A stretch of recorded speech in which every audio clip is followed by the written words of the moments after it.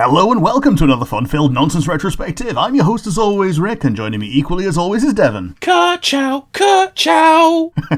Ka-chow! Yeah, we're going to be talking about the Cars franchise today and a tangential dip into planes, but not too deep.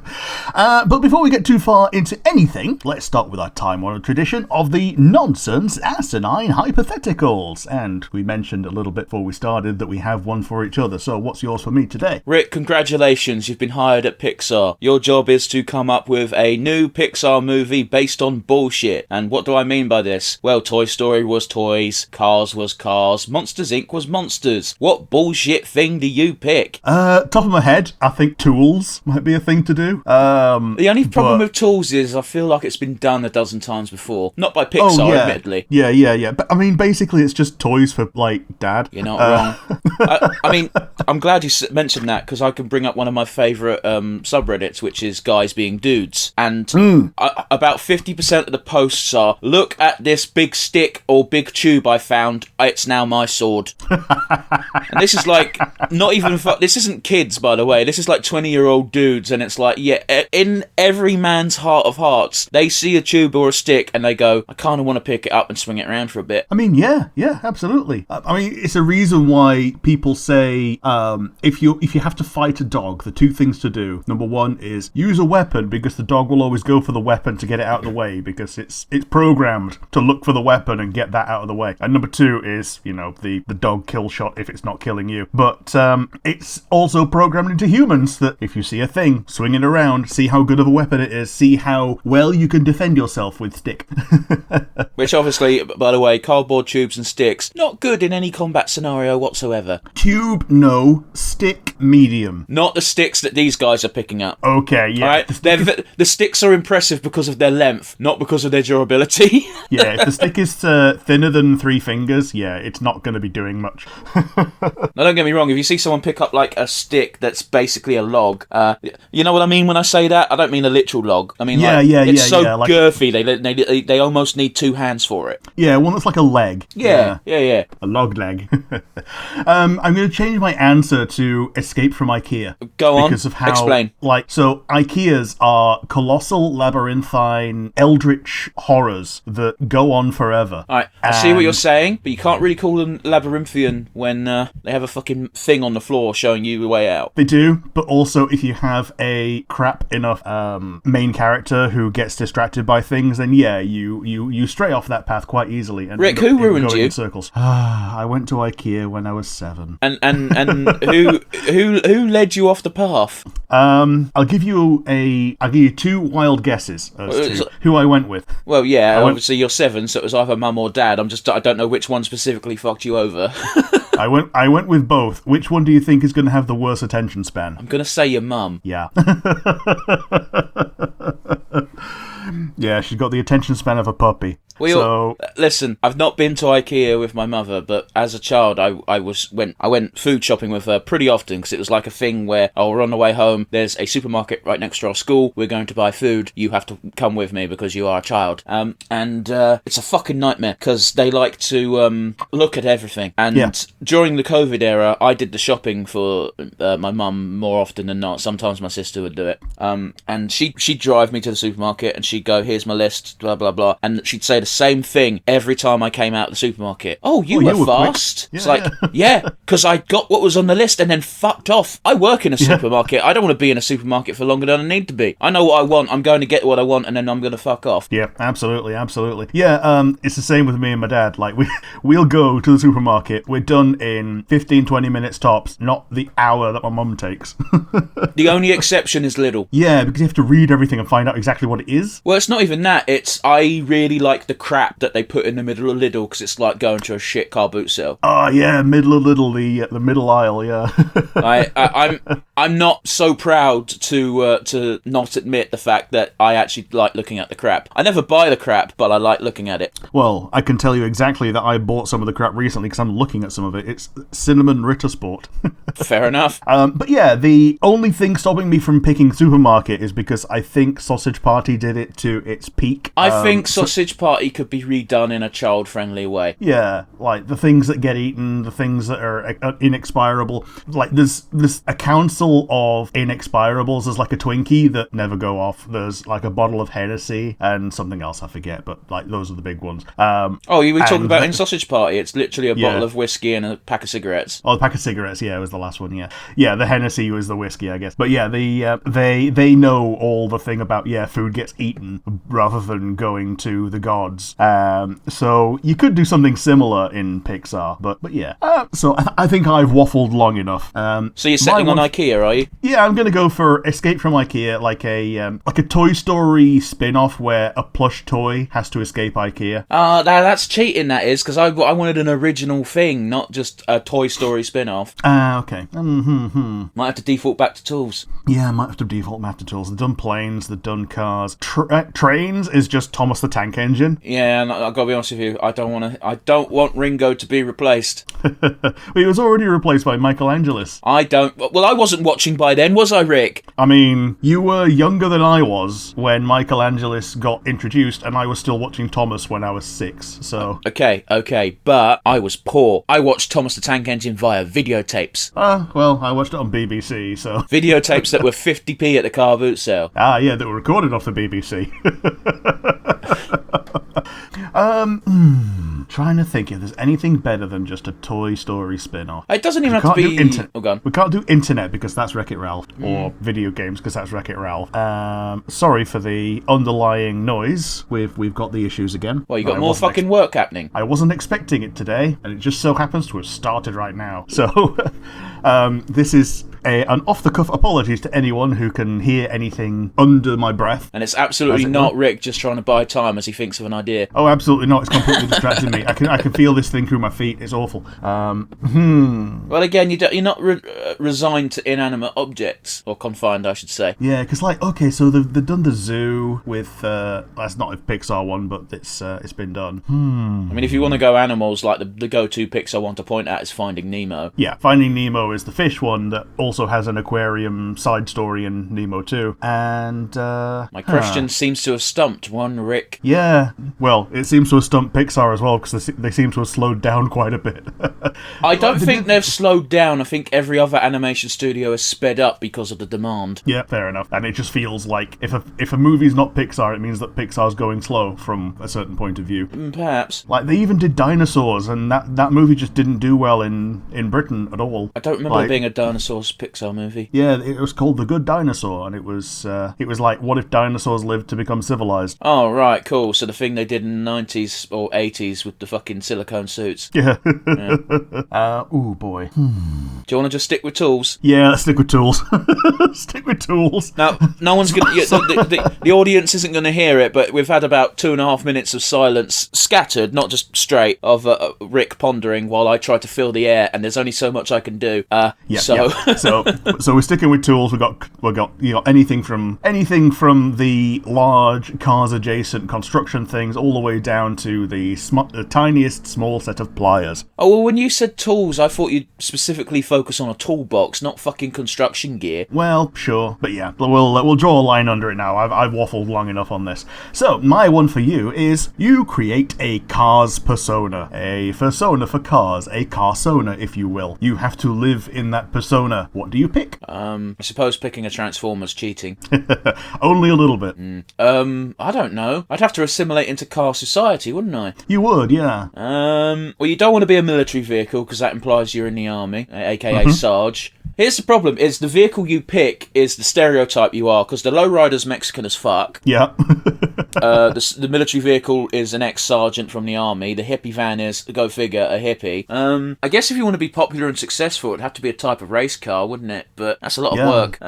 Yeah, it is. And you got a short shelf life, as we find out. Do we? Well, kinda, yeah. Like it's shown twice in Cars 1 and 3. Well, here's the thing, Rick. I didn't see Cars 3, but in Cars 1, you got to bear in mind, both times that the racers got taken out of their racing careers was freak accidents. I've always attributed racing, as in the car racing in cars, to be like just a regular athlete, in which you've got about 10 years where you'll be at your prime and actually competing well, and then that's it. But when you're competing well, you're making your bank, aren't you? That's how it's meant to work. But obviously, a lot of these people don't have very good financial advisors. Yeah. But yeah, I don't know. I think I'd be I don't even want to pick an Aston Martin, because if you're an Aston Martin, that implies you're a fucking spy or some shit. Yeah, as we find out in Cars 2. Cars 2's interesting because I've seen most of Cars 2, but not all of it, so that's going to be fun. Oh yeah. I know. A very good British actor is in it. Isn't it Ray Fiennes or something? I was talking about Eddie Izzard. Oh, okay. The truth of the matter is, I don't know. This is trickier than my question, because I don't know that much about cars, Rick. Fair enough. I mean, it doesn't have to be a car. Like, for instance, there are aircraft carriers. There are the planes universe. Yeah, alright, but if I'm going in the cars universe, I want to fuck. I don't know how it works in that universe, but they clearly do. So what you're telling me is you want to be like a privately owned ultra sports car kind of thing? Almost, but again, I feel like if you're in that tier, why you wouldn't want to waste it? I don't want. I don't know. I'd be a Dodge Challenger. Okay. You're fast enough to fucking show up an everyday folk, but you're not fast enough to actually race people. And you're like old school cool. You're like a cool uncle. Yeah. As opposed to being like having to be hip and fucking do shots at parties. You're not the Jaeger car. Oh god. But yeah, I guess that's gonna have to be it. I don't know if it's the Charger or the Challenger I like more. I think Garrett's had both. Or do I want to be a Mustang? It could be a Stang, yeah. No, I'll go with Charger, because I'm pretty sure that's the old school cool looking Dodge. Sure. So you're going to be a Charger semi-race but mostly civilian car. No, not even semi-race, just like past their prime. Like, you know, I might have raced back in the day, but I'm not actually a racer. Yeah. But yeah, today we're talking about the Cars franchise, and it starts with the first Cars movie. You've got one Sir Monty McQueen, aka Owen Wilson. Yeah, Lightning McQueen is how he's normally known as, but technically his real first name is Monty. I didn't know this. I only found this out from TV tropes. Is it Monty, or is Monty short for like Montgomery? It probably is short for Montgomery, but it's down there as Monty. Fair enough. Very quickly, I actually remember seeing this film in the cinema. Okay. So you saw it before I did. I guess I did. I saw it in the cinema in Wales, no less, because it was during one of our annual trips to Wales back when I still did that. Okay. Yeah. I can't remember when this film came out. I think it was 2003, but I don't know. It was around 5 or 6. Yeah, 2006. 2006. So I would have been 14. A little bit old for this movie. Yeah, I can tell you exactly what I was doing at the time. I was still lamenting. I was going to say, still lamenting 9/11. Nah, I was living in a house with some other students, and I remember there was an aggressive McDonald's ad campaign, and it was all about, oh yeah, come to McDonald's and get the toy, as you normally do. Back when they could still advertise toys as food, and they had these kids rapping, which never goes well. And every few lines, they just stop and just try and sync up and say, "I'm loving it" together. But I have no recollection of this. Also, what do you mean when you could advertise toys as a food? Because they still advertise that shit on TV. Okay. They can advertise toys, they can advertise food. They tend not to advertise the toy that you get with food to bring you in to get the food, you know? No, I don't understand, because the Happy Meal adverts still involve, hey, come down for some food, some fun, only in a Happy Meal. Okay, I've not seen a Happy Meal advert in quite some time then, it seems. Well, here's the thing. I watch Cartoon Network still in the mornings when I wake up. Well, I don't watch it, it's on in the background, so I get a lot of adverts aimed at kids while having We Bare Bears in the background. The thing that annoyed me was the rap basically says, come and get your favourites from Disney Pixar, and I'm like, that is neither Sully nor Buzz Lightyear. That's not my favourite. That's a fucking car from a movie I've not seen. And that annoyed me. As a bit of a tangent, you saying Buzz and Sully, Cars is probably one of the few Pixar films that that doesn't have a representative in that Disney Mirrorverse thing. Yet. Yeah, you're correct. But you know. I can see them having some kind of Transformer or just Mater. I think they wouldn't even need to have a Transformer because Dory's in the game and she's riding a submarine, but like a reverse submarine. Yeah, she's in like a fishbowl that's a submarine mech. Yeah, that, people who don't know what the fuck we're talking about.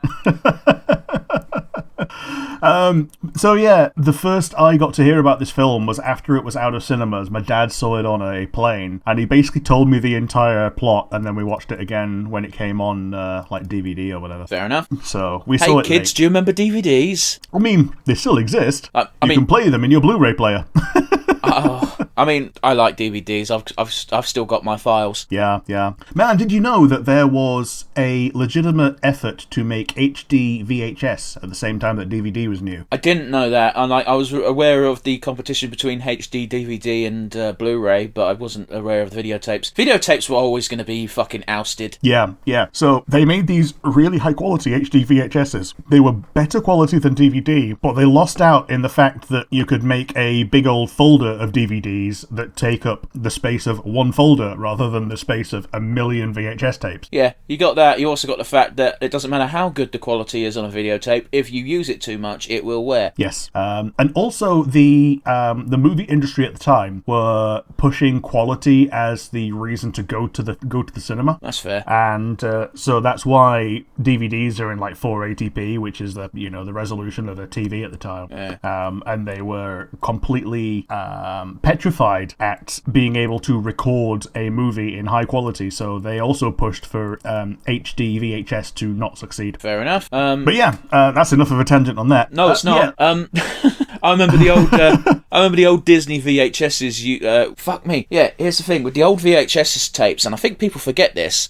They don't tend to do it so much with DVDs anymore. Like they might still do. I don't know. But with VHS tapes, you used to have to sit through 15 fucking minutes of trailers for other videotapes before you got to the film, which I thought was bollocks because I paid for this fucking thing. But better still is during that era where VHS and DVDs would release at the same time, they'd show adverts for the DVD version of the thing you're watching. Very specifically Disney VHSs. Because Disney was smart. They wanted you to buy all the shit again. Yes.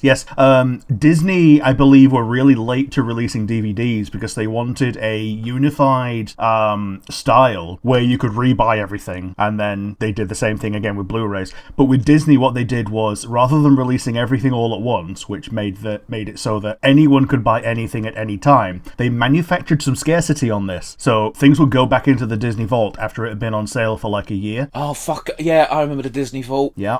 And then you get like, okay, every 7 years, Snow White gets re-released. This is your last chance to buy Snow White before it goes away forever. Or, alternatively, I haven't seen it this year. I haven't seen it for a few years, but again, I watch very little TV, and they're probably not advertising much Disney on Cartoon Network. But for about a string of 6 years when I was in college, I specifically remember every Christmas was the same thing. The ultimate Disney DVD collection. All of your favourite Disney movies in one big box set. £300. Buy it now! Yep. What to buy a rich relative when you are even richer? Oh boy. Anyway, now I think our tangent's over, because at least we ended on Disney. Yep. Yeah, you start with Lightning McQueen doing a bit of racing, and he ends in a 3-way tie with himself, Chick Hicks, and the King. Yeah. Strip Weathers, his name is, apparently. Bullshit. Yeah, he's only ever called the King. As the whole shtick with the original premise of the races is King's Lost tournament, or series, as it were, and the implication is whoever wins, or rather comes in second, because they're sure King will win again, will get the Dynamo sponsorship after him. Dinoco. Did I say Dynamo? Yeah, you said Dynamo. Dynamo. That's a slightly different thing. But yeah, you get the fancy blue paint job, and you get some cool stickers. Yeah, I love the, they don't say it, but they definitely show it, that Dinoco is all about, it's oils, and it's all dinosaurs that are mashed up. They even show like a Brachiosaurus as their company logo. But here's the thing that's weird, because I tried to do some homework for this show today, Rick. I wanted to watch the Cars on the Road series, so I had had something to actually add to the podcast outside of Cars 1. Unfortunately, we're recording this a lot earlier than I wanted to, so I only watched 3 episodes. Yep. But the very first episode is they go to basically a museum which looks at dinosaurs, but all the dinosaurs are cars. So when was there real dinosaurs in this planet? And we once again come to this really awkward scenario in which Pixar likes to think all of their stuff takes place in the same universe. They say Cars takes place way in the future after all the other shit in their timeline, as it were. But it's also like, so what the fuck happened then? Did all natural life get wiped out and then they re-evolved but as cars? There's a lot of, just you gotta be a stupid fucking dumb fuck to ignore to get to that step. I think it implies that Cars is post-Wall-E, and the humans that landed on Wall-E, landed to recolonize the Earth in Wall-E, didn't succeed, but the robots did, and they became cars. I don't know. That still seems dumb. Yeah, it's weird. It's weird that they would evolve country music again for the second time. Or specifically Hendrix. Yeah. There is a part specifically in Cars 1 where, and I don't know why Sarge gets pissed off, to be honest, because he starts playing the fucking Yankee Doodle Dandy, and then Star Spangled Banner, even specifically played by Hendrix, plays from the hippie tent, and Sarge gets annoyed, and it's like, but it's still Star Spangled Banner, so why do you give a fuck? Yeah. By the way, if you've not heard Hendrix play that, fucking listen to it. I'm not American, but it makes me go, God, I've got a boner. But yeah, after the race ends in a 3-way tie, they reschedule another one for another month in the future to find out who's going to be the winner and the carrier of the Dinoco torch. Lightning McQueen ends up in Radiator Springs after, driving blind and not having lights. I do like that town. I do like how they included that detail for Lightning McQueen, because race cars don't have lights. You don't need it. The track's lit up. Yep, and having lights would take extra weight, so they don't want it. And here's the thing is, I think people don't appreciate how much extra weight lights add, because a lot of people are like, oh, they're just little things, but they seem to forget that by the way, you've got electronics too, fucker. Yeah. It's not just a bulb. It's all the electronics. It's the additional size of the battery that needs to drive it. It's that's not the only thing they block out either. Like, they usually just get rid of all other seats in the car. Well, yeah, why would you need more seats? Exactly. Like, the only reason you ever need a second seat in a car is for a passenger. It also does imply that either race cars are a very specific breed of car, or they have to go under extensive body modification in order to become a race car. Yeah, it's like that old trope of, in our generation it was Prince had his bottom 2 ribs removed. Oh, our generation was Marilyn Manson. Yep. Yeah, bottom 2 ribs removed to suck their own cock. Yep. Which, whatever. I do want to say, you did skip over something a little bit neat. We do meet Lightning McQueen's manager, or at least the voice of. Do you know who voiced him? Yeah, in anything apart from America, it's Jeremy Clarkson. Fucking weird, because I swore when I saw this film the first time that it was Ricky Gervais.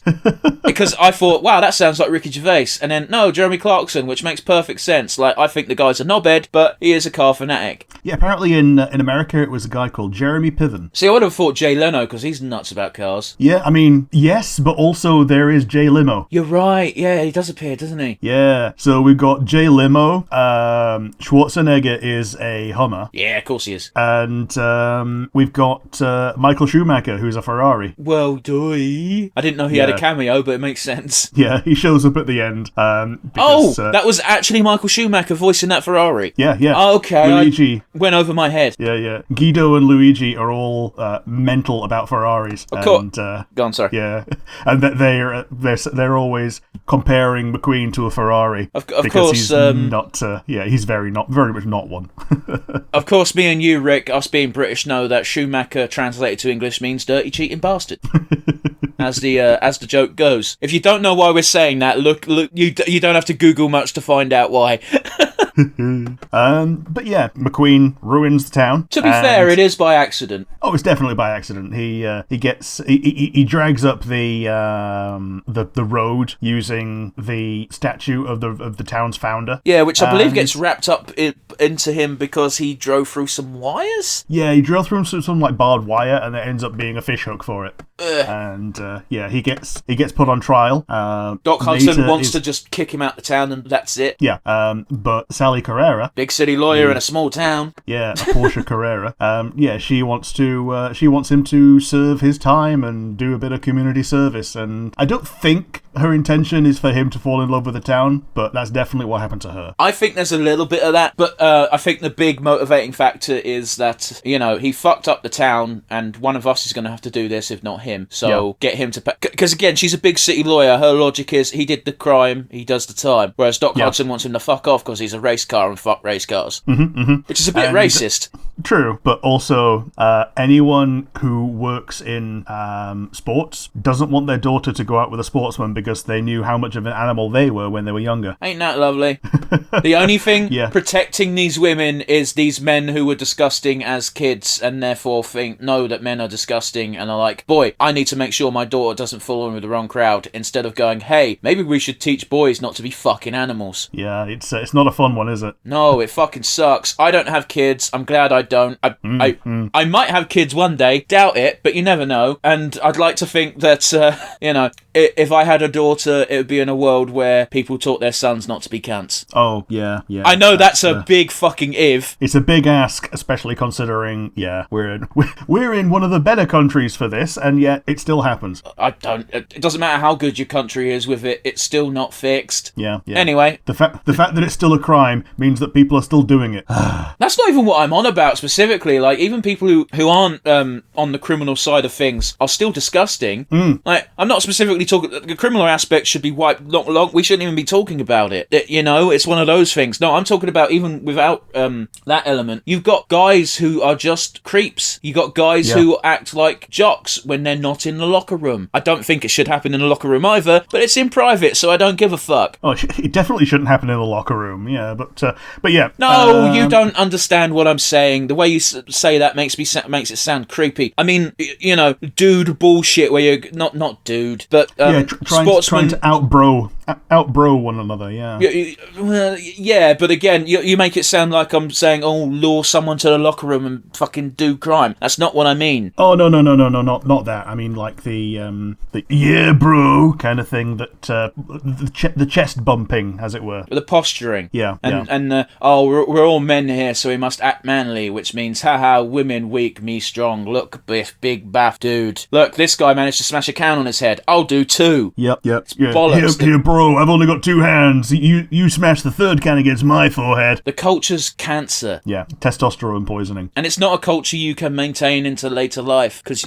you just can't. You also run out of testosterone. Well, even disregarding the chemical balance, it's like your body just fails. Yeah. Try and drink as much as you drunk when you were at 18 at the age of 30. I can't afford it. Well, if you could afford it. That's why I stopped drinking. I couldn't afford it. I'll be real with you. There's a certain point where, I believe it's definitely a youth thing where you drink to get drunk, and you get to a certain age and you go, I don't really care about being drunk, and then you realise, I save about 50 quid a week. Yeah. For me, it was 50 quid a night. Yeah, but when I drunk, I didn't drink out in pubs. I'd buy a bottle of rum, and that's me for the evening. And a bottle of rum was like 15 quid. So 3 bottles a week. Fuck that. Yep. But yeah, we get introduced to the town. Doc Hudson is the big one. He's the doctor, the town doctor, as well as being the mayor, and the one that everyone looks up to. There's Sally, which we talked about. Mater is the big one. He's basically Lightning's parole officer and his lawyer. Voiced by Larry the Cable Guy. Yes. Who is a lot more coarse in his own routines. We've got Sarge and Fillmore. Fillmore was originally voiced by George Carlin. Oh, yeah, I hear it. Luigi and Guido, who are the pit stop guys. Isn't Guido an offensive term in Italian? I think it just means guy. Okay. Like, Guy Fawkes was actually called Guido Fawkes. Just like Guy Ferrari is Guido Ferrari. Yeah. Guido speaks Italian all the time, but can understand English. It's a surprisingly common thing to be able to do with bilingual folk. Yeah. And it also, it introduces a little bit of the language to kids watching it for the first time, which I think is a good thing, really, because you can get the intonation and the intent of what's being said, even if you don't understand every single thing. I think you're putting too much stock in it. True. Well, it's just like Dora the Explorer, except, in a more organic setting. actually. There's Flo and Ramon. Ramon is the paint stop guy, and Flo actually has the petrol station. Ramon is the actual racist character in this film. Yeah. Sorry, he's not racist, but you can't deny the guy's a racial stereotype. Yeah, he's an absolute stereotype. There's Sheriff, whose name is Sheriff, and he's a police car. And there's Red, the fire engine, who I believe has no voice.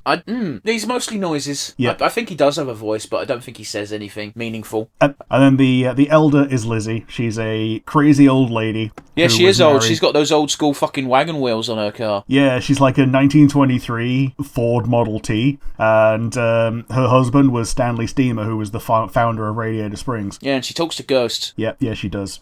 But yeah, Lightning McQueen is the only one with enough horsepower, other than maybe Red, to actually power the steamer and like redo the road. And through the time, he grows to enjoy things around town. Like at one point, he goes, "Fuck it, I'm just gonna do it quick." Well, that's because he specifically asks. So as soon as the road's finished, I get to go, right? And they're like, "I guess." So that's what makes him speed run it. Yeah, he speed runs it and makes it all ripply and shit.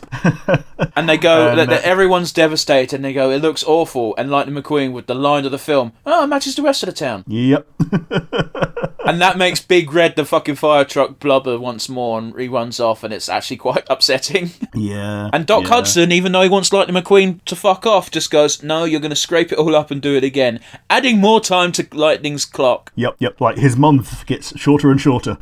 But yeah, during his downtime, like between days, he spends evenings with Mater and becomes his best friend. And it turns out, he's never actually had a friend before, because even Mac, his truck, just works for him. Like this, he's still an employee. He's not like a friend, you know. So they go cow tipping, which I really, really, really found funny as a kid. The visual of the tractors falling over, but as an adult, it's like, don't do that. Yeah, no, don't. Do not go tipping cows. Apparently, it was a real popular thing to do pre-internet days, but even pre-internet, it's like, is it worth it, really? No.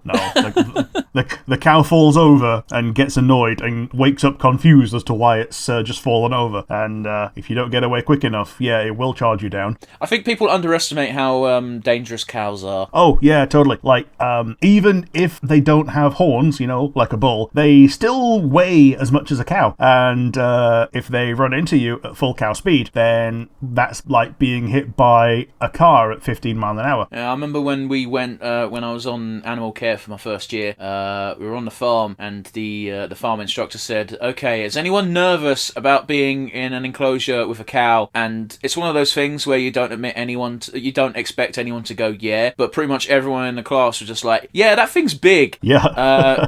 It didn't help the fact that we had like ex-beef cows that were sort of they were fucking malformed, these things. They had weird fat deposits in places on them that they shouldn't have, and I don't know why they got saved, but they did. So we were looking after these cows. They were fucking massive, and the instructor said, "Well, everyone is at least inside the enclosure, which is better than the last group." And it's like, oh, that was an option. Oh. we didn't need to get in. And it's like, well, whatever, we're in now. Cows are dumb and docile, so it wasn't that bad, but it's like, if you don't know how to work with these things. Yep. That's also where we learnt, by the way, pretty much everyone in that class was working in the logic of horses. So everyone who was standing next to the cow stood to the side of the cow. So it's like, I don't want to get kicked by a cow. And the instructor very helpfully informed us that cows are weird and they kick outwards, sideways. So you're actually safer behind a cow, at least this specific breed of cow. Maybe other cows are different. Obviously a bull doing its fucking, when you see people ride them and torment them, they fucking just bang. But just a cow minding its own business will kick out sideways. So if you're behind it, you'll get less of a blow because it's already gone boom. Man, thinking of it, like even when they make bulls in Pokemon, they do the rear kick because the developers expect them to kick backwards. Yeah, but they only do that when they're trying to get someone off their back. They're not actually kicking. Yeah, they're bucking rather than kicking. Yeah. Also, the quickest way to get a cow to move is to yank on its tail, which I never did because I thought it was too mean. Yeah. Pig stick, also a bit mean. That's a bit more. Well, okay. For anyone who doesn't know what what a pig stick is. When we were taught how to rear pigs, move pigs, we were introduced to two pieces of equipment. This here is a pig board. If you put it down on the floor, the pig will think it is a solid wall and move. So if it's heading in one direction, it will go right or left because it thinks it's a wall, because pigs are dumb. Alternatively, here's a pig stick. What is a pig stick? Well, it's like it's a wooden baton like you see old school policemen use. And what do you do with a pig stick? Well, if a pig's not moving, fucking hit it on the arse and get it moving. Our instructor ensured us that this will not hurt the pig. However, there were some beefy dudes. Yes, whack them as hard as you can, and they'll start going. Yeah, we never actually used the pig stick on the farm because our instructor was like, we're not going to use this because they're basically just above piglet. But these ones are babies. Yeah. To be fair, his reasoning was that the pig stick was more for things the size of a boar, and if you're whacking a boar, it don't matter how hard you hit, that boar's probably not feeling it very much. But it still seems a bit excessive. Anyway, there's our biology lesson for today. Yeah. Yeah, the things that they do between the cows, driving between cows, and Mater showing off the trick of driving backwards because he has mirrors and can see, and being chased by the combine harvester. These are things that Lightning he incorporates them into his racing later on. Yeah. It's all the film is just a training montage when you think about it. And that's how he eventually wins the Piston Cup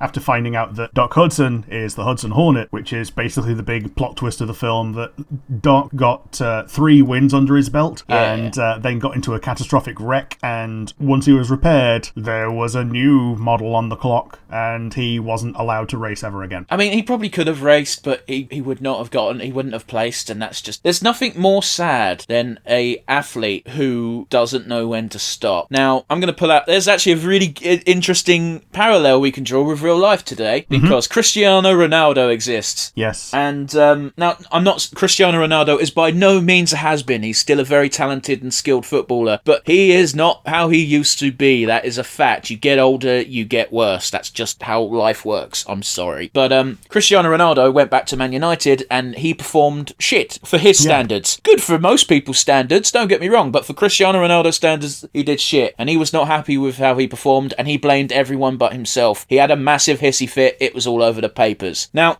compare him to Lionel Messi, who is literally, this generation of football fans has been blessed because they had Ronaldo and Messi. Almost every generation there's been one footballer that's the best footballer. This generation got 2. They got Messi and they got Ronaldo. Messi is also in the exact same phase of his career. He did not go to a top tier club. He's gone to a club that, don't get me wrong, they're not nobodies, but they're not Man United. They're not Barcelona. And he's just continuing to play football there. And he's doing well for himself. Of course he is. He's fucking Messi. And again, Ronaldo's doing well for himself. I don't think he should be playing for Man United in their first 11 because he's not that good anymore. He's still a good footballer, and it's just sad. Yeah, absolutely. Thankfully, in the film, it's chosen for them. I mean, it's not even thankfully. It's like it's one of those where he still had a lot of race left in him, but also it would have also been a bit depressing if an athlete had recovered from a career-ending injury and then just confirmed that it was career-ending by not winning from then on out. Yeah. However, he turns out to be a very good coach, because the other things that Lightning McQueen learns, like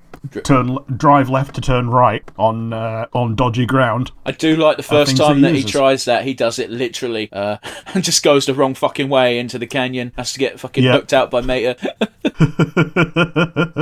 Yeah, that was a bit of fun. But yeah, this is actually the last time we have Doc Hudson, because in Cars 2 he's not the focus, and by Cars 3 he's very much passed away, and it's a much more reverent film about that. But the actual ending of Cars 1 is Chick Hicks wins because he's a dirty cheating bastard like Schumacher. Yep, and he runs the king off the road, and Lightning McQueen stops at the finish line when he's about to win. Okay, this is the one thing in the film that I don't get, because he's right fucking there. There is nothing saying he can't cross the finish line, because he stops, as you say, right before crossing it. Nothing stopping him from doing that and then immediately doing a U-turn and doing the fucking heartfelt moment. Yeah, I think what he also wanted was not only should the king finish his last race, but he shouldn't come in last. Yeah, but who gives a fuck? It wasn't last. Exactly. Technically, it was third, because the only reason there was only 3 races is because they all won the last official race of the season. Yeah, they had a 3-way three-way tie. So yeah, he would have been third from the previous race, as it were. Yeah. But yeah, he nudges and shunts the king to come in second, and because of this good old sportsmanship, it's Lightning and not Chick Hicks that gets offered the Dynaco crown, but Lightning decides, nah, I'm going to stick with Rusty's, the company that he's been bad-mouthing the whole time, because he's now realised that, yeah, there's not a lot wrong with Rusty cars because my best friend is one. Yeah, but it's one of those as well where, okay, I don't care too much about loyalty in the day-to-day. That sounds fucked up. I work in a supermarket. If I got a job offer from a rival supermarket that said they'd pay me £1.50 more, I would immediately jump ship because I don't give a fuck. I get paid just above minimum wage. But when it comes to sports and sponsorships, Lightning McQueen would not have had the opportunity he did if Wusties didn't take a chance on him. Oh yeah, absolutely. So I think that deserves a bit of loyalty. Yeah. There's like different tiers of brand loyalty. Like, this isn't even brand loyalty. This is loyalty to an employer who took a chance and raised them up from nothing, as it were. Like, I'll put it this way, yeah? In the context of the film, Rusty's feels like they struck gold and they're going to stick with Lightning for life. They probably would have done that even if Lightning didn't deliver results. It feels like that type of brand.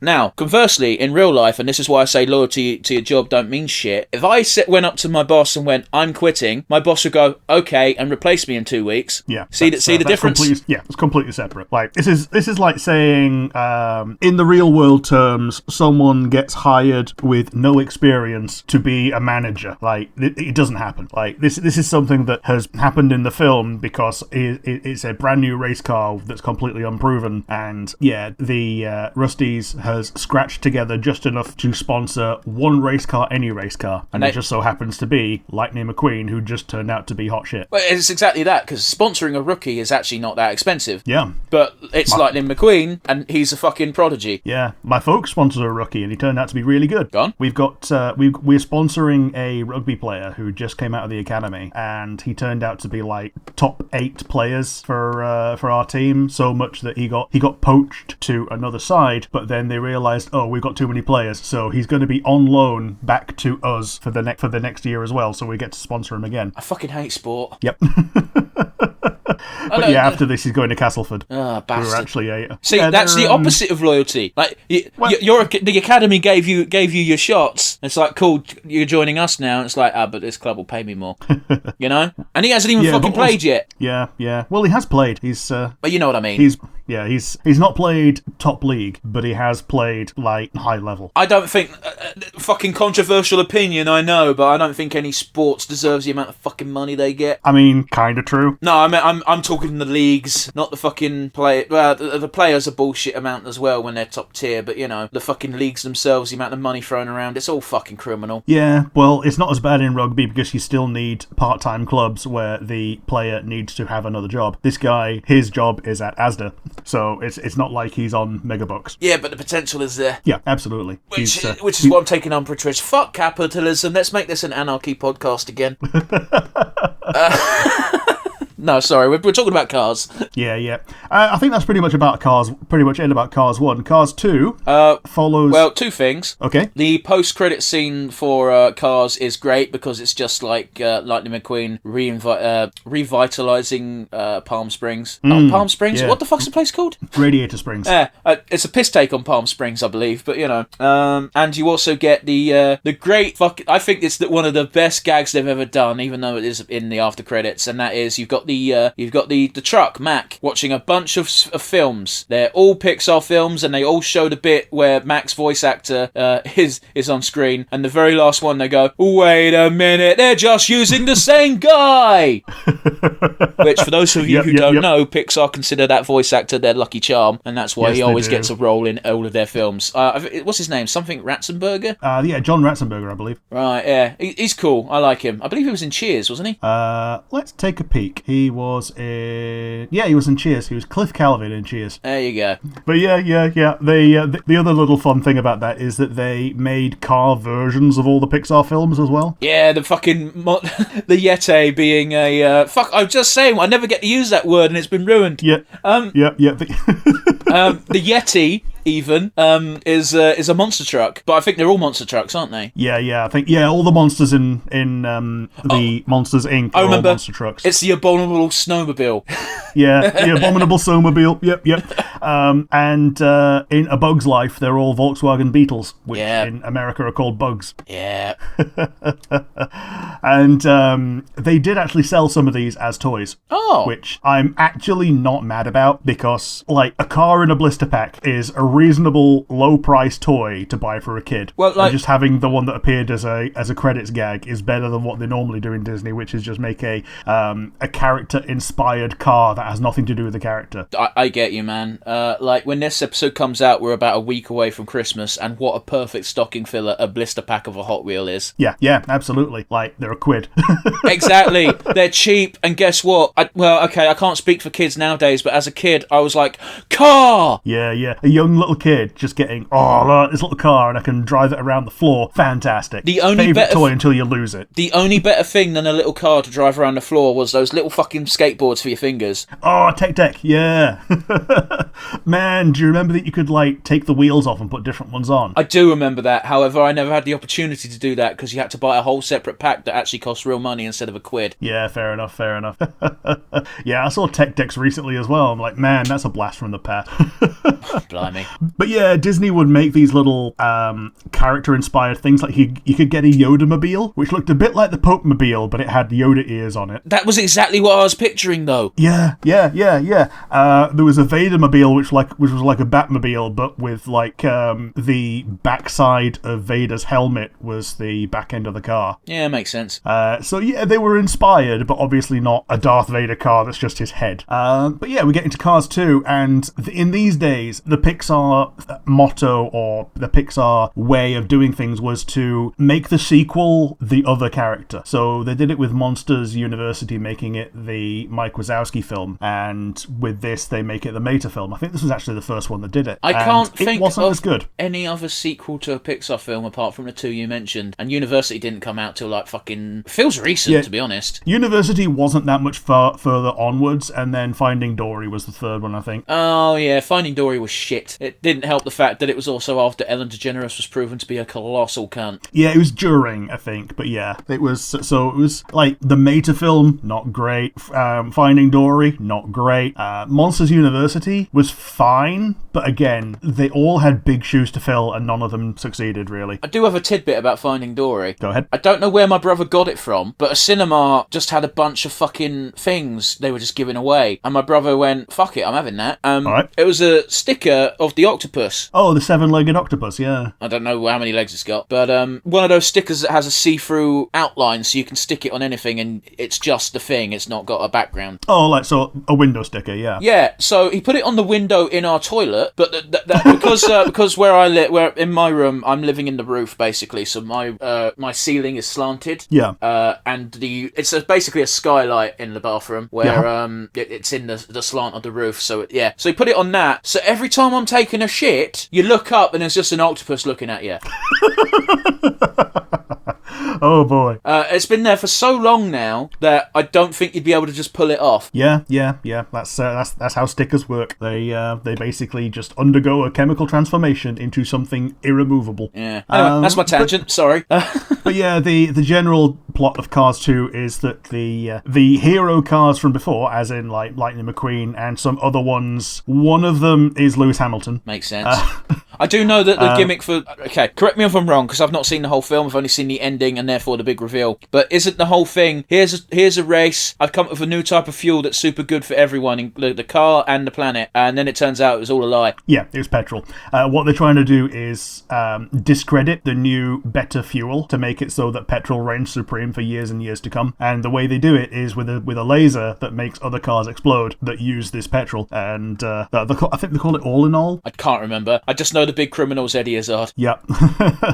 Yeah, Eddie Izzard is the criminal. His name is Miles Axelrod, and he is the king of the lemons, apparently. That's such a car name. Yep. I will say, between these two films, I did play the PS2 Cars game. Yeah, so apparently Cars 2 on the PlayStation was really good. I'm talking about the first Cars game. Okay, yeah, that was just a racing game. Which was very fun. Because it was just a racing game. Here's the thing that doesn't make any fucking sense in the racing game as far as film lore goes. Because you're doing the Piston Cup tournament the year after Lightning lost to Chick. But here's the thing, right? None of the races are on the racetrack except for the very last one. Yeah. So you got all these. You got all these races villages, through locations in Cars, the movie, and it's like the entire time through, Chick occasionally just calls you and goes, "You're never going to win a Piston Cup, Lightning McQueen, suck my nuts." And because he's on the World Cup, he's on the World Cup tournament, and that means he might not win the Piston Cup because he's not in it because he's doing the World one.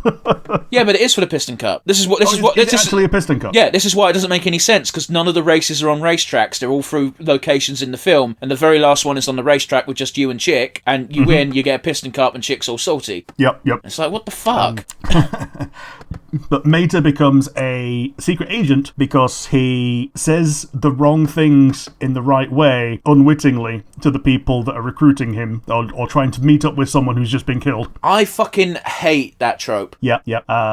He just blunders into it. The other spies are Finn McMissile, who's voiced by Michael Caine. Yeah, makes sense. I'm surprised I didn't get Daniel Craig. Yeah, he's the Aston Martin. And then we got Holly Shiftwell, who's a little Jaguar, who's basically a sportier version of Sally. Yeah, she's the Bond girl. Yeah. And Mater gets tricked out with a bunch of missiles and stuff. Okay. And I think he gets to keep at least one of them at the end. Yeah, okay. But yeah, we revealed the final twist that, it turned out to be petrol, and the King of the Lemons has to defuse the bomb. End of movie. Cars 3 is the one that you've not seen, and it's a much better sequel because it's a lot more reverent to Cars 1 and Doc Hudson. Okay, so it's Men in Black 3 where it's an apology for the second one. Yes, absolutely. Right. So it's a much more slow-paced film, but it's also kind of the end of Lightning McQueen's career, and he's just remembering what Doc said about that he didn't get to choose when he was done. He was told. Can I just say, this is a bit more, I don't want to say heart-wrenching, but it's a bit of a kick in the teeth, because this film would have come out after Owen Wilson's bad period where he was on suicide watch and shit. Yeah, absolutely. So could there perchance, I've not seen the film, I don't know, is that if it's particularly somber from even Lightning McQueen's perspective, could it not have been perhaps a reflection of Owen Wilson himself to a certain degree? A bit of an allegory, maybe. Probably not, okay. But maybe. I'm reaching and I've not seen the film, I'm just asking. Because for those of you who don't know, Owen Wilson seems like a fairly nice person, shall we say. I don't know the guy. I'm obviously making assumptions. But there was a period of time, I want to say it was like eight odd years, where there was news story after news story of him being on a depressive spiral, and people did not think it was going to end well. Which is why I was super happy to see him in fucking Loki, because it's like, oh, this is the first thing you've done since Light in the Museum. Yeah. So yeah, it's all about Lightning wanting to get back in the game and train up to full speed to beat the new guy, Jackson Storm, who is like 20% faster than him. In about 10 seconds flat. Yeah. He's voiced by Armie Hammer. Don't know who that is. I'm going to Google it. I think he's one of these like really... My apologies, Rick. Because of the way you said that and brought note to it, I thought that meant it was a reference to someone in racing. No. He's the actor Armie Hammer. So it sounds like fucking if Arnold Rimmer needed a stage name. Yeah. So that's Jackson Storm, and the other new character that's worth half a damn is Cruz Ramirez. Can I just ask very quickly, is that first character you mentioned, is he a douchebag jock like Chick and like, oh, I'm gonna take you down, Lightning, fuck you, or is he like, oh shit, I get to race Lightning McQueen? Or is it sort of in between? Okay, so he's introduced by saying, oh, Lightning McQueen, I'm so honored to finally beat you. And Lightning goes, did you mean meat? And he goes, no, I know what I said. Okay, so he's a dickhead. So yeah, he's a dickhead. Right, Yeah, he's a okay. dickhead. Just make sure, because it would have been an interesting twist just to have a legitimate, like, oh, cool, I get to race Lightning McQueen. That's awesome, you know? Yep. But hey, it's a film. It's a Disney film. They need to have a clear villain. Yeah, he's a jerkass, and both Lightning and Cruz are slower than him. Cruz is Lightning's trainer. Okay. And she's a born race car, but was never allowed to race at all. Is that because she... Partly, and also because she's last of the old, as it were, rather than first of the new, which is what Jackson Storm is. Like, they've got very different designs. Okay. So Cruz looks like a gender-flipped Lightning McQueen, as it were. Is it bad that gives me a bit of a boner? The voice is very cute and hot-blooded, and it's Cristela Alonso is the voice for that. And yeah, she was also in the Angry Birds movie, weirdly enough. How's that weird? Like, Well, I'm just I guess, asking because she's clearly a VA, so. Yeah, she's more of a comedian than a voice actor, so that she doesn't actually have that many voice acting credits. Oh, fair enough then. Another character in there is the character that buys Rusty's. Are they mega jerk-ass capitalist society? Basically. Ah. Voiced by Nathan Fillion. Ah. So it's a guy called Sterling, and he's like this big-chinned, gunmetal personal sports car. But he's the entrepreneur. He takes over Rusty's. They build up this big old racing center for training up Lightning McQueen, basically for his retirement, and are then going to use his face to sell a bunch of tat. Yeah. Because see, this is the moment where brand loyalty, you go, cool. My brand loyalty was to mum and pop company, not to faceless, soulless corporation. So I'm out. Yeah, absolutely. So that's what happens with that. Lightning goes on his like little self-discovery mission. Cruz has to go with him because she has to be his trainer. But what ends up happening is he trains her in how to live life rather than how to train him to be faster. Right. So in other words, it's Cars 1 again. Yeah, and the finale, he takes a backseat and they paint up Cruz with the 95 number. Right, so she looks like Lightning, right? Well, not even looks like. Like, she looks exactly like herself, but she's got a 95 sprayed on the side. Oh, so Lightning doesn't race at all? He races for everything apart from the last couple of laps, and then she finishes the race. That can't be legal. Well, the deal is, apparently, that if the 95 number wins the race, then Lightning gets to choose whether or not to retire and become just a face on a bunch of waffle irons. That is legally questionable. Like, yeah. I know it's kid film bullshit, dumb logic, just for funsies. But like, and I know it's a really dumb thing to say. If this were real, that would not hold up in court. Yeah, there's another little thing they do is they travel to where Doc Hudson like grew up. Okay. And raced when he was young, and there's a bunch of other old school cool type cars that are there that remember him very, very fondly. But another thing they have is a demolition derby, and Lightning thinks, this race that's going to happen over here is great because this is what Doc would have done, and it turns out to be a demolition derby. And Lightning and Cruz nearly die. Wow. And I've just sent you a picture in Discord. This is the ace of the demolition derby, a barbarian-style school bus. Yeah, it just looks like Mater. Yeah. I do like, instead of skull and crossbones, it's just wrenches. Yeah, cross wrenches, yeah. That's very good. She's got the stop sign that school buses have in America. Yep. Because, if a school bus stops, they have actual lights on the back that serve as actual traffic lights. If you don't stop at a school bus's traffic light, then that's a driving offence, apparently. Her stop sign is a buzzsaw. Fuck off. This is some Robot Wars shit. Yeah, it's great. Like, I think she's the most creative character in the entire film. Fair. Just as an aside, for those of you who are potentially American watching this, in Britain, we don't have dedicated school buses. Nope. We have buses that, if you're lucky, the bus will be hired by the school. Like, there's a bus stop outside the school I used to go to, so that was like, okay, we don't have to worry. But, you know, there's plenty of schools that, the bus stop is in in the town centre and you have to walk from the town centre to the school. Yeah, at my school there were some dedicated coaches. They were the school buses for the school, and they went on certain routes, and if you were on that route, you could just pay a subscription and get picked up by the bus. It sounds like you had a very fancy school. Kind of did. I remember a bunch of my mates were on the same route, so they were all bus mates.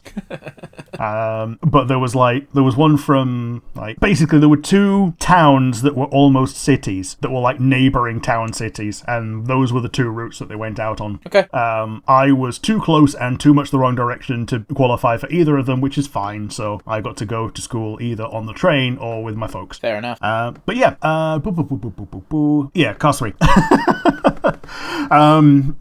It ends with Lightning getting the Dynaco sponsorship. Okay, but he's not racing no more. So he gets a Dynaco blue if he wants it, and Cruz also gets the Dynaco sponsorship. So I think Lightning just retires and becomes a trainer, and Cruz races for Dynaco, both having quit Rusty's because new Rusty's is not worth racing for. That's interesting. When the fuck? Okay, so I did do some research. I said research. I did try to watch Cars on the Road, which is their TV series, which I assumed was set after Cars 3, but maybe it's not. It might have been after Cars 2. I'm going to have to assume that it must be... Well, it came out this year, 2022. Mm-hmm. Oh, okay. So that's what made me assume that it was after Cars 3. However, I'm literally just watching a clip right now of an episode I already watched of Lightning McQueen is still in red. He's still got the Rusty's stickers. Okay, so yeah, I think he did stay as Rusty's, but like mostly as a trainer for Cruz. But again, this Cruz never doesn't show up in the first episode. You just got the regular Radiator Springs folk. You got Flo, you got Sally, you got the other fucks. Yeah, he chooses to continue racing rather than, fading into nothingness, because he'd rather come second than stop racing. Okay, but that second will soon become third, and then fourth, and then nothing. Yeah, I think it's one of those. He really would rather choose to end rather than be told to end and just become a waffle iron. Okay. But yeah, like, I wasn't expecting to enjoy Cars 3 as much as I did, and it was a really heartfelt film that I wasn't expecting at all. Like, that was... I'm not going to say it's my favourite by far, but I think it is the one that I remember the most fondly. Like, even better than the first film. That's fair. But we've been going quite a while at this point, so I think it might be the time for our final three. Nope. There's one little detour we still have to make because it technically takes place in the Carsiverse. Oh, yes, the Planes movies. Yeah, I watched the... I'm sorry, did you say movies? Yes. Fuck off, I thought there was only one. Okay, so, strap in. I saw the first Planes movie at the cinema, and that's the one where Dusty Crophopper goes from being a crop duster to being a race plane. Yeah, I've not seen this film in its entirety. I got to the big race and I was like, well, I'm gonna stop watching now because, one, I'm bored. Two, it's the big race. Spoiler alert, either this character wins or he comes in second place because he helped first place win. Yeah, I think what actually happens, is the big deal is that after he keeps getting bullied by the jock racer who thinks that... I do know that he saves at least one plane's life in this race. Yeah, I think he does, yeah. So the big thing is that when he does crash at some point, all the other planes that are not the jock plane donate some of their parts to get him rebuilt. Including the one that was meant to be kind of like his quote-unquote love interest who betrays him early on. Oh, for fuck's sake, Rick, you can't say shit like that with a straight face, surely. Yeah, take it from me, my face is not straight while saying this. But yeah, the love interest plane, who is, I believe she's Indian. I don't give a fuck. She sells him out to I think it's the Mexicans. And the fuck is this? Is there some sort of cartel storyline you're not telling me about? Or she sold him out to the Mexicans because he wouldn't run their coke. She gets a brand new propeller from them, which is like top quality carbon fiber, and that's exactly the piece that they end up donating to him in the end to get him rebuilt. So he's using their own technology against them, but also other things as well, like jet boosters and like a new wing and all that shit. Why are the Mexicans the big bad here? I think just because they are. Let's see. The Planes Universe. No, Z. no, I don't want to type Planes Universe because I'm sure there's a wiki. Ripslinger. Roger Craig Smith. So it's actually voiced by Sonic the Hedgehog. Yeah, that name did sound familiar. Yeah. The villain is Sonic the Hedgehog. Ripslinger. I think they're meant to be Mexican, but I could be wrong. That doesn't sound like a very Mexican name. Yeah. Oh, okay. There we are. The Mexican one is El Chupacabra, and that's a completely different person. So I apologize. It's not the Mexicans. The Mexican guy is a good guy. Right. Okay. I'm gonna assume with a name like Ripslinger, the main bad guy is British. Ripslinger is Roger Craig Smith. He's an American, isn't he? He's a famous racing plane, dismissive of a farm boy, a narcissist, and and at the end he crashes into some porta potties. Oh, fucking yeah, great. That's Yeah. But the Chupacabra is a luchador plane. Okay. That never takes off his mask. Okay, the moment you said he was called Le Chupacabra, my brain immediately envisioned a plane and a luchador mask, but I didn't want to say it because it sounded a bit racist. I bet you he's green. Yeah, multiple. Yeah, he's like green, red, and white. Mexican flag. Yes, exactly. Yeah. Ripslinger has 2 henchmen, both from New Zealand. Can you guess who voices them? No, why would I? Well, unless it's Peter Jackson, I don't really know any New Zealanders. Yeah, it's the least New Zealand person you can think of, Gabriel Iglesias. God. Yeah, but that guy's a VA. Well, okay, no, he's a comedian, but he might as well be a VA. Yeah. You could get Gabriel Iglesias to voice the whole goddamn movie. Yeah, he could. He literally could. Including the Indian love interest. Oh, totally. I literally just watched Indians react to Gabriel Iglesias in India this morning. So yeah, he could very definitely do the Indian love interest. That is a very specific fucking thing to watch. I mean, the YouTube rabbit hole is a real thing, my dude. But yeah, that's the first Planes movie. I guess he wins the thing and blah blah blah. Don't give a shit. Can we not just dwell on the fact that everyone donated parts, which is kind of fucked up when you think about it, because Oh yeah, voluntary organ harvesting to let someone else win a race. But it's not even organs; it's limbs. Like, yeah. Oh, you're missing a wing there, buddy. Take one of mine. That's like if you lost your arm and I went, here you go. There's my arm, buddy. It's yours now. Yeah. Like, I only need half an arm. I just need like the thumb and the first 2 fingers. You can have the bottom half of the arm with the little 2 fingers, and you can still do something with that. Have fun with it. Yeah. I gotta be honest with you. I use my thumb far too often to give that up willingly. Yep.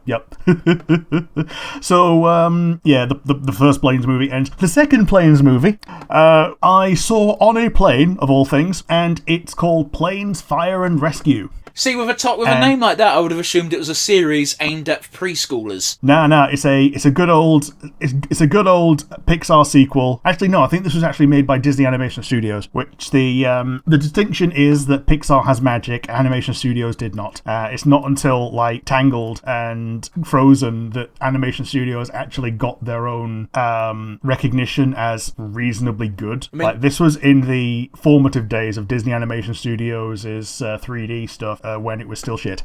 But they use the Cars aesthetic for all things. But yeah, as a fire plane, Dusty has lost... I think his starter motor is dead or something, and he needs to have a new one delivered. So he's like, oh shit, I've got no to do. I might as well just save lives. So he gets some seaplane feet so he can land on water. And then he goes out using his crop dusting abilities and tank that he can drop on things to drop fire retardant in areas and save lives. So this is if Michael Jordan retired from baseball, and by baseball I mean basketball.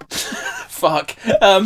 So if Michael Jordan... He did do baseball for a while, didn't he? Yeah, that was the whole point of the beginning of Space Jam, was they had to collect him from baseball, didn't they? Okay, cool. I'm not insane. That mistake is perfectly natural to make. Fucking hell, because I don't watch baseball. I don't know anyone from it. But yeah. Basketball. So if Michael Jordan retired from basketball and then went, fuck it, I'm now going to fight fire. Yeah.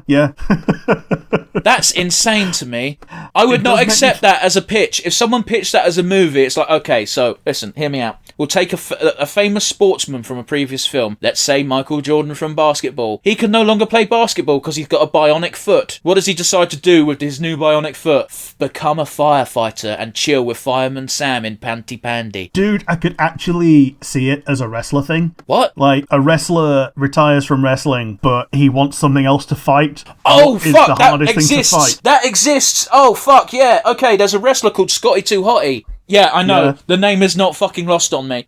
His gimmick was he was a party bro because this was back in 2000s, just pre-2000. He was a party bro. He had a hat which his hair would stick out from. It was a top hat. His hair would stick out from it because his hair was so long.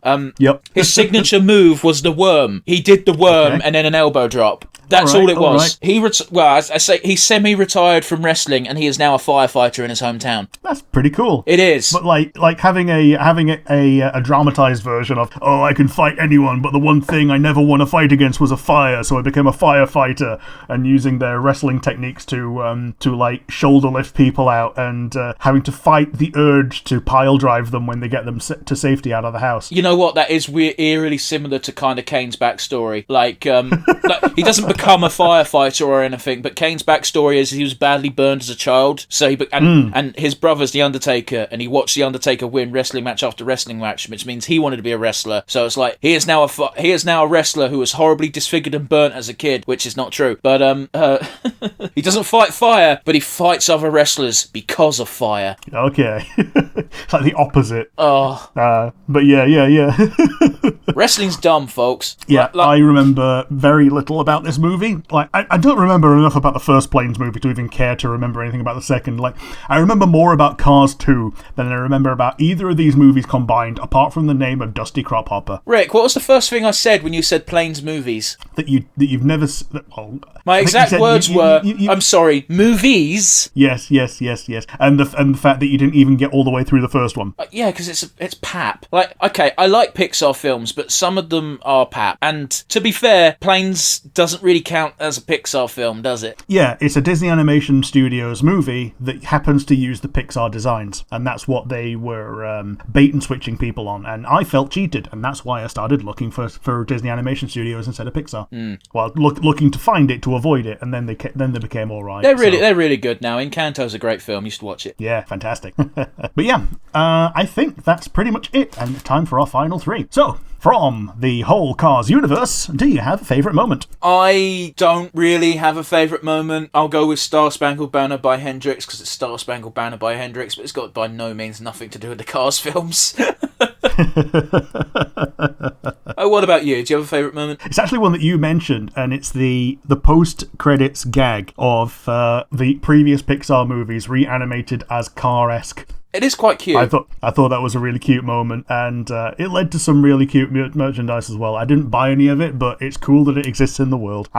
But you can't always talk about the good stuff. You sometimes have to talk about the not so fantastic. Do you have a weakest link? This is a textbook example of a fun family film, which wasn't particularly memorable, but, you know, it's something to watch as a kid when it first came out, that being Cars 1, that has been diluted so much by sequel after sequel trying to milk it, that you kind of look back at it and you go, can't be fucking bothered. Yeah.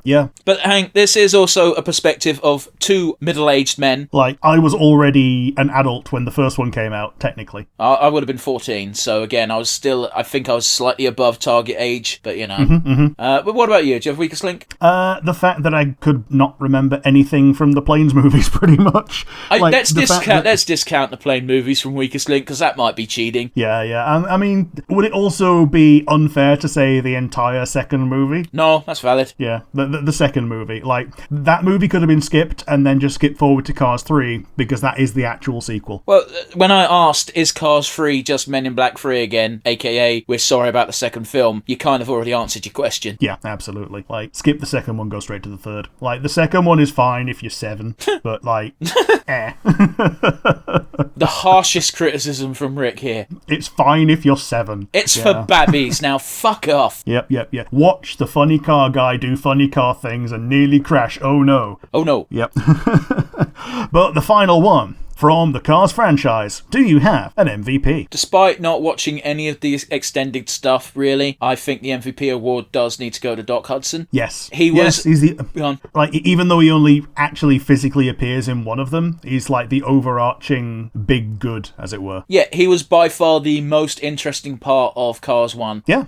And you know what? I know the film was about Lightning's growth, but even Doc Hudson had his own growth in that, because he hated race cars because he was jaded from racing. Lightning as much as Lightning McQueen got an appreciation for Radiator Springs and small towns in general, he did help light that spark that Doc Hudson had for racing all over again. So it was really good seeing him in the Chiefs position at the end.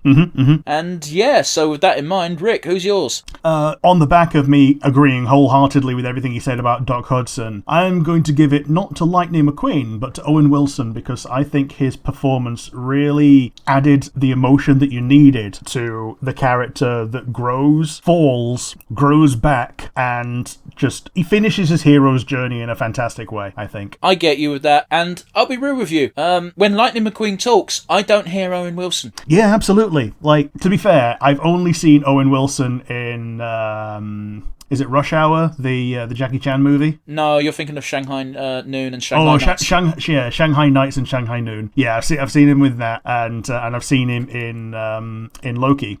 So most of what I've seen of Owen Wilson is in Cars. That's fair. By the way, if you've not seen Shanghai Night or Shanghai Noon, you really should fucking watch those films. Yeah, they're a lot of fun. It is basically Rush Hour, but set in cowboy times. Yeah. Yeah, they were a lot of fun, yeah. Oh, yeah, Rush Hour is the one with... Is that with Eddie Murphy, is it? Oh, fuck. Chris Tucker. Chris Tucker. Yeah, I'm like... Yeah, my bad. It's another black comedian, but I think it was during the time where Eddie Murphy was in a weird place where he was getting He was getting a lot of paparazzi for hooking up with that prostitute who ended up being a man. Ah, yeah. Which is baffling to me. It shouldn't be news. I suppose the only newsworthy thing is I believe Eddie Murphy was married at the time. Yep. But apart from that, it's like, who gives a fuck, man? Yeah. I think that is it for today. If you liked the video, you've got the comment section down below on YouTube, and if you're one of the listeners listening through one of our many audio platforms, you can send us the email. Where would that go to? Send us the email as if we're from Tamaran. Send us the email. Yeah, you can send us an email at nonsensereviewuk@gmail.com. Once again, a bit slower, nonsensereviewuk@gmail.com. Yeah, so thank you so much for watching, listening, and otherwise, as always, if you made it this far, you are our favourite people, and it's going to be the goodbye from the me. Ka-chow!